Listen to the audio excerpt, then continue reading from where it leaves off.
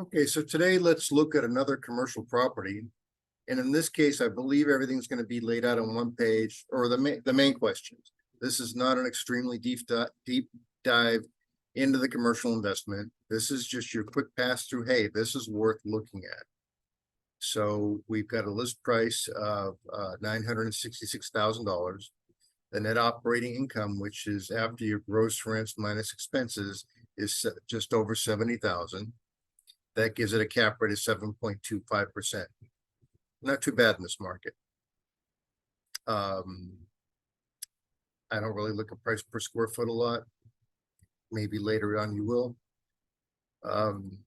It's Fraser Medical Center. Now that's not a big corporate tenant.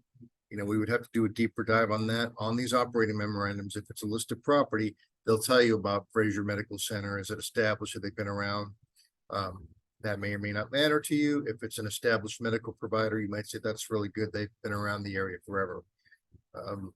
So they're the ones guaranteeing the lease. They say it's a corporate lease. Not all corporations are the same, right? Starbucks is going to be very different than a local medical company. So that'll be something you have to look at and say, that is that a strong guarantee? Do we feel safe with Fraser Medical Center as the ones guaranteeing our lease? Meaning if they break the lease, they'll pay either the remaining term of the lease or up until you replace the tenant, that difference. It looks like they've got an initial term of a 7-year lease. And there's a rental increase of 2.5% annually. Let me see if I can move my cursor there, if you can see that. After that initial term, they can renew 3 times. They can renew for 5 years, 3 times. So they could be there for the next 15, 20 years. It looks like here there are some landlord responsibilities. Should there be any kind of damage, wind, rain, fire, you would be responsible for replacing the roof and structure. So this is not quite a full triple net lease.